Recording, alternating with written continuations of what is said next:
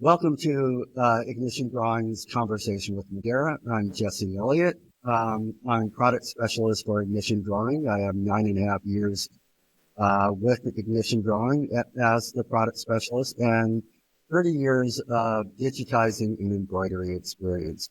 Today we have Nancy Meany, who is the product marketing manager for Madeira USA. Has 24 years experience with product research and testing, and 20 years in-house embroidery and 3 years digitizing. Welcome, Nancy. Thank you, Jesse. I'm happy to be here. This is going to be a series of conversations, and today's topic is backing and toppings. Let's first start with the old stuff of I started 30 years ago. So we just had cutaway and tearaway. Tell me a little bit about when people should use cutaway. Cutaway is a great place to start because it is the most commonly used stabilizer or backing. Just so you know, those two words are pretty much interchangeable. Some people call it backing. That's where it goes. Some people call it stabilizers, and that's what it does when you're embroidering. So it should be your most commonly used backing because it covers your T-shirts, your polos, your knit sweaters, your fleece, anything that's kind of stretchy or a lightweight woven. You can use your cutaways on. And they, like Jesse said, they've evolved over the years. And you have your basic cutaways, which are all basically white with a few blacks that are available for your dark garments. And then you have your different weights of those from a lightweight to a heavyweight. And I find that I'll use cutaway for not just different fabric types, but when we have a very heavy embroidery job, like a full back, even if it's something like that, or a nylon jacket, you're going to want to have. You can almost never go wrong with a cutaway. It's the opposite, with a tearaway, you have to be a little more careful. So I think cutaways are your most common. Yeah, for sure. And I find tearaway when you're doing something that's badge-like and everything, it tends to kind of separate itself from the garment as it's embroidering, so it doesn't create as much structure or stabilizing. But we do need tearaway, and that's often used for caps. And it's just because more often than not, caps are more structured. They already have the kind of stabilized part. That's true. Anything else to say about tearaway? Sure. You just brought up caps, and that's actually a really good point to make with the tearaways. So in addition to denim, your heavy denim, your heavy canvas, things that can support themselves, because all tearaways wash away eventually. But when it comes to caps, and you talked about the structured one of the most common mistake that people make with that is they think they don't need a backing because it is so structured, and that's got that kind of plastic material that's up there that really makes it, stand up nice and tall. So that mistake is that if you don't use it and you don't realize it, your machine's just not going to run as smooth as it could with the backing. So the backing gives it some filler, I like to say, because with caps, it's all about getting that material as close to the needle plate as you can, so there's no bouncing, right? So your cap's backing is going to help fill that area, but it's also going to give the needle arm, the arm on your machine, a smooth surface to be running back and forth on. So you have seams and different things inside of the hat that can interrupt that, and you want to make sure that that backing gives you a nice smooth surface. That's a real good point, because I don't really think of that part. I do often think about the cap and how the needle foot will be pressing on the hat and everything, but how backing can help kind of push it up and give it a little support.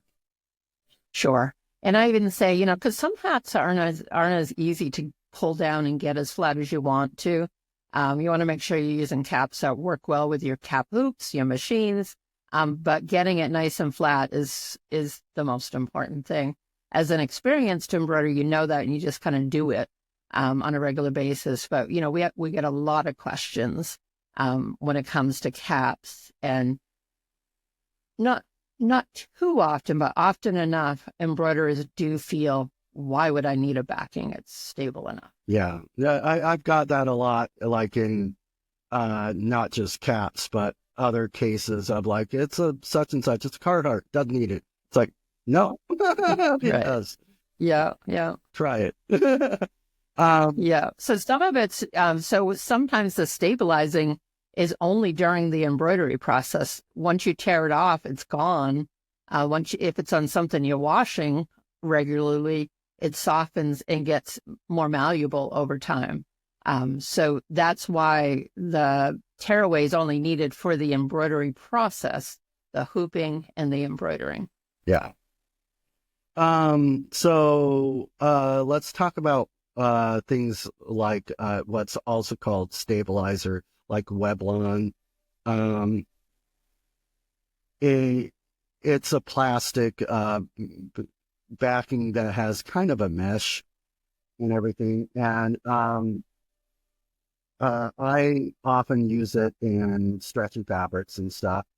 And I know we talked before how with heavy designs on stretchy fabrics, such as like a solid circle or something like that, it will potato chip or bend. And stabilizer kind of helps with that, along with a little piece of tearaway and stuff. Do you have any other reasons why when you should use something like Weblon? Like the Weblon, yeah. So there's a few names for that out in the industry. Some people call it polymesh. Okay. Other people call it Weblon no-show. Some people call it just no-show. And it is actually it's a nylon-based material. Okay. That is, it produces this really thin stabilizer that is only 1.5 ounces in its weight per, square yard. Super thin and super strong. I think the stabilizing abilities of it equals at least a 2.5 ounce regular basic cutaway, or even a 3 ounce. And knowing that, you can even use 2 layers of it because it is so thin. It's still not going to produce, kind of bulgy, like a badge effect behind those thin materials. But it's a more, I guess, conventional cutaway backing as opposed to your whites and your blacks, that you have that basic cutaway in it. And I think it's so versatile that, if you're doing corporate logos on your left chest that are, 10, 25, 30 max, you can use 2 pieces of that on just about anything, whether it's a dress shirt, performance wear shirt, any of your polos, and, anything that's kind of stretchy. It's very versatile.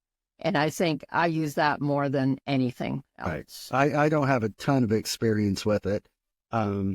So it's good to hear that that information. Are there any you said you try out all the products, right? Do. And, yes. I've tried to use every single color that we have, but certainly all the backings I have personally tried that again. So when it comes to all the backing, I have definitely personally tried them all. And, there's so many different variables when it comes to embroidery.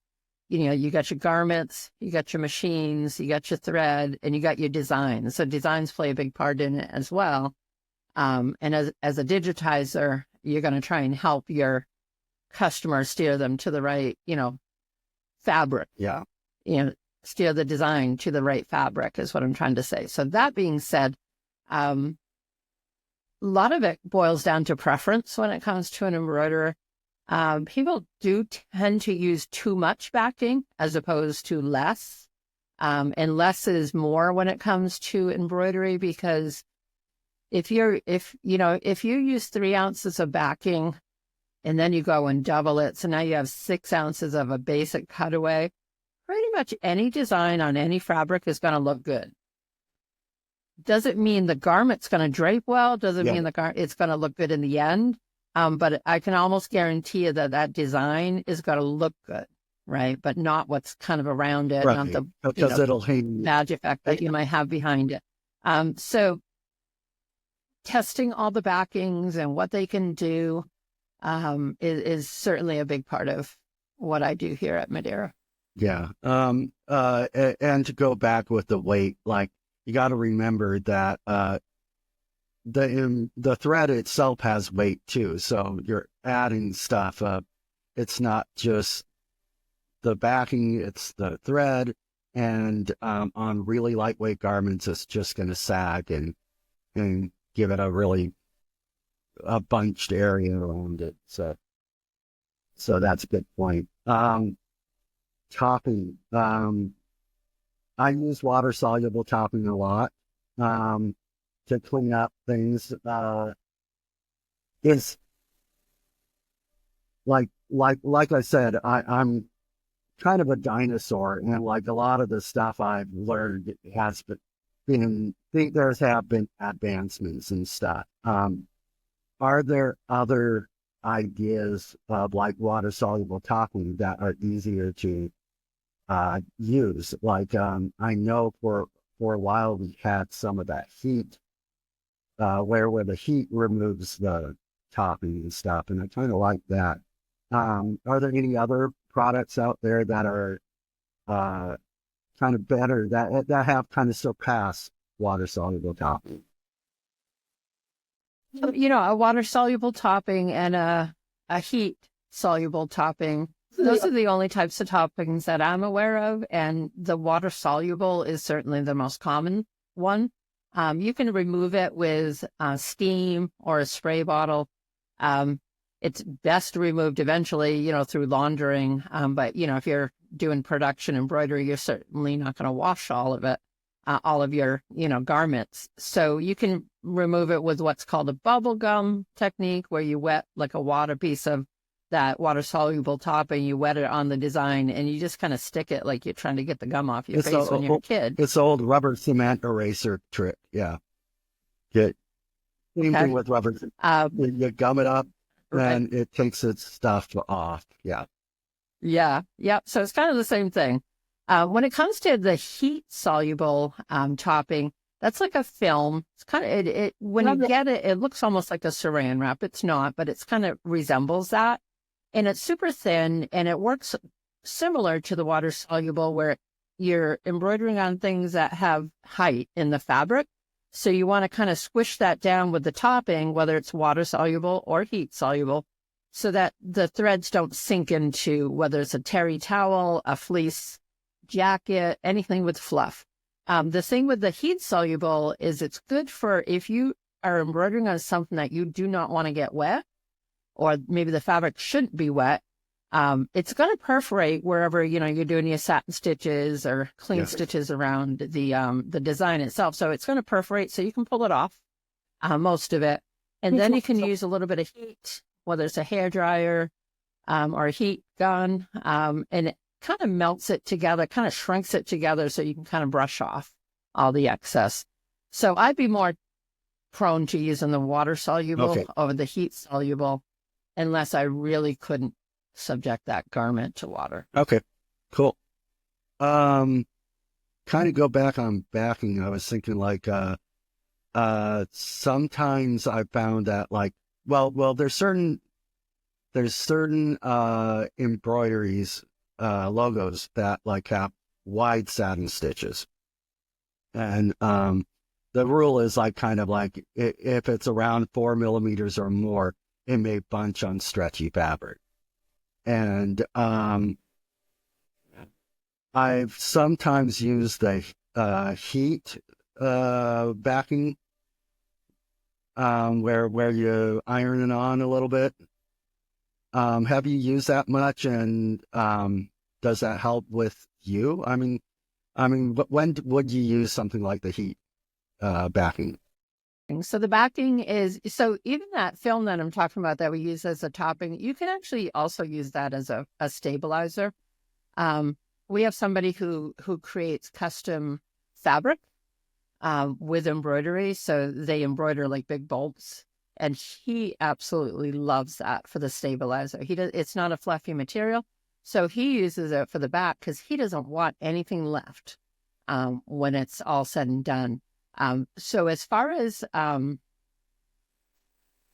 to go back to your original question there, can you repeat that? Especially like with stretchy fabrics, especially with satin stitches that are wide, they'll bunch on the ends of the satin stitch. Do you have anything that would kind of prevent that? I get you. Yeah. So with those wide satin stitches, that's where your push and your pull comes into effect as well, right, Jesse? You first, you want to know what your fabric's limitations are. So you want to be like careful with your designs. So, think about a rugged denim jacket that, you feel like you could embroider on it with no backing. You're going to use it because you need it to run smooth. But once it's gone, that design is going to hold it really well. Now you take it to the opposite side of the spectrum of the fabric, and you've got a real flimsy material that is going to kind of pull in when it comes to those large satin stitches. So you want to be cognizant of that when you're making the designs. One thing that I do with that kind of material on a regular basis is I do use the 2 pieces of Weblon, and I throw a medium weight tearaway on the very bottom when I go to embroider it. And I might even put a little spray adhesive between the 3 backings that I've got there. Tearaway is always on the bottom, so you can tear it away and then you can trim the Weblon. Some people think, some people don't quite agree with that. I like to get rid of as much of the tearaway backing as I can. I don't want to sandwich it between the fabric and the other backing. So I always put it on the bottom. But what it does for me is it gives a nice hooping ability. When I like the tearaway on the bottom, I feel like I can grip the hoop a little bit better. I think, Jesse, you said you like the cutaway. So it's more of a preference when it comes to that. But back to the material that's so flimsy, I try not to use an adhesive backing or spray adhesives on the material if I can. But if something were particularly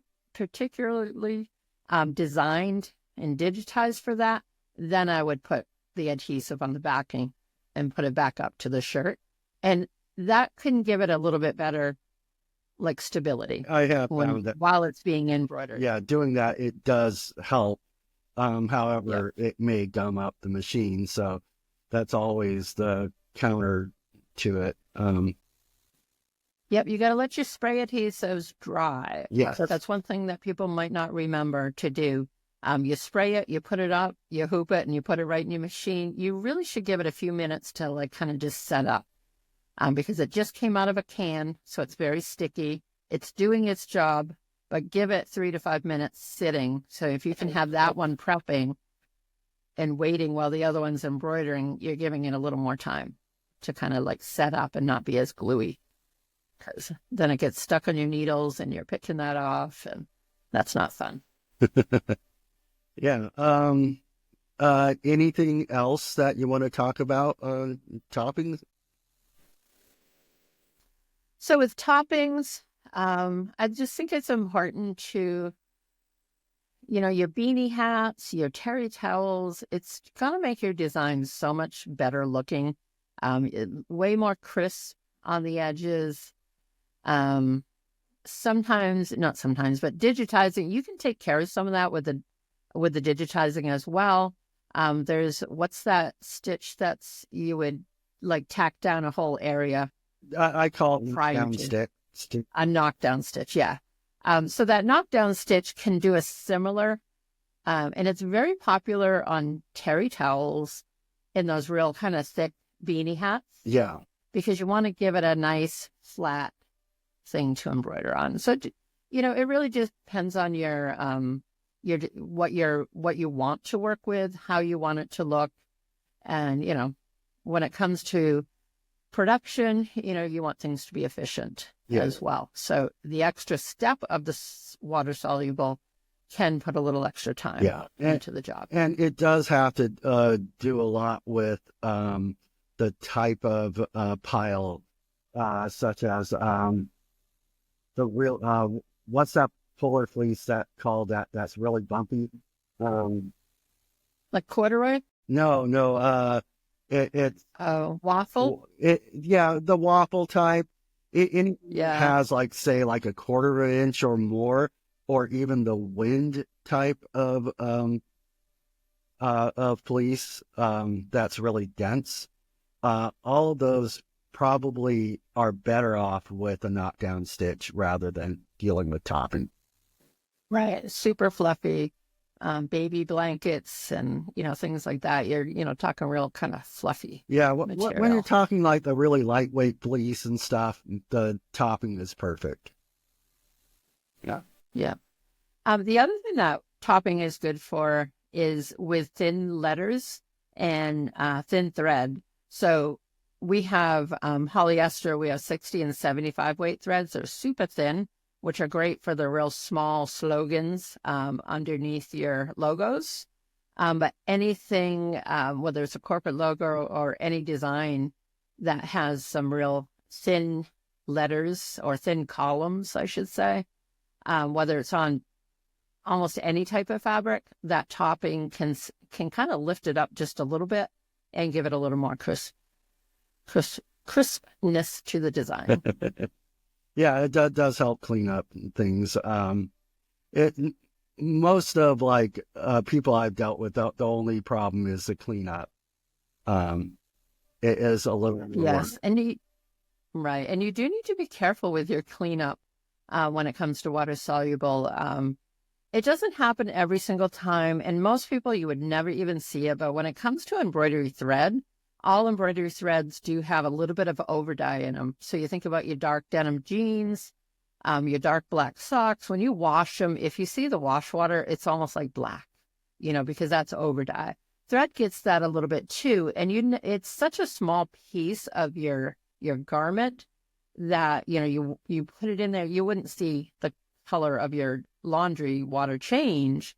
But when you go to introduce water to an embroidered design prior to washing it, you want to make sure that you're using the least amount of water so that you don't run into that.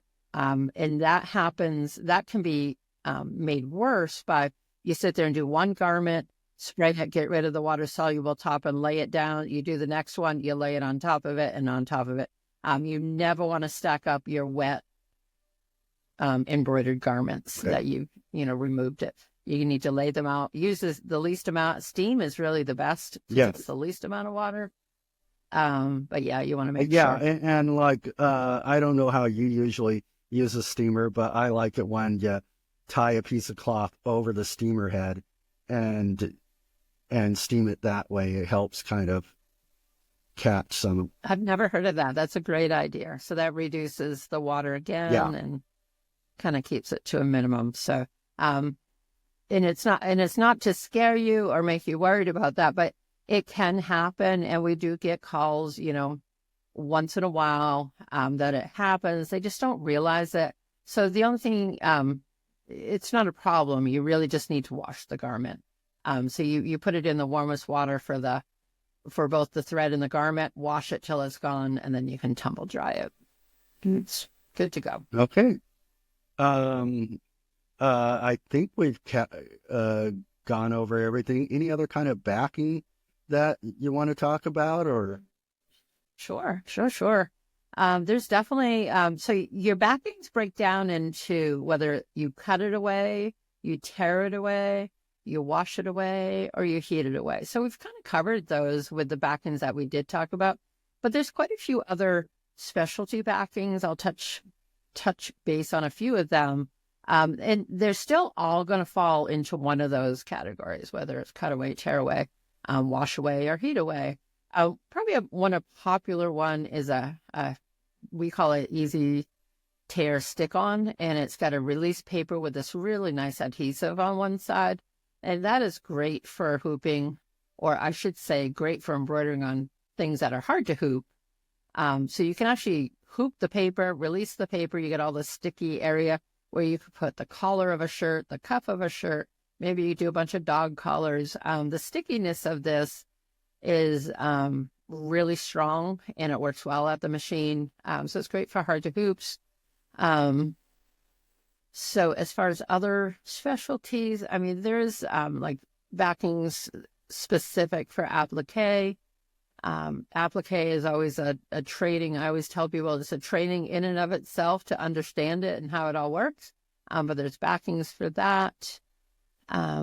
Wash away, cutaway backings are great for your standalone lace. You can also use those on towels as well. Remember, you're going to have to apply water to it to get rid of it completely. But you can embroider something on a towel. Once it's put through the first wash, it's completely gone, just like your topping. With the wash, gone with the first one. with the wash away ones on towels, is it sturdy enough to stabilize that well enough?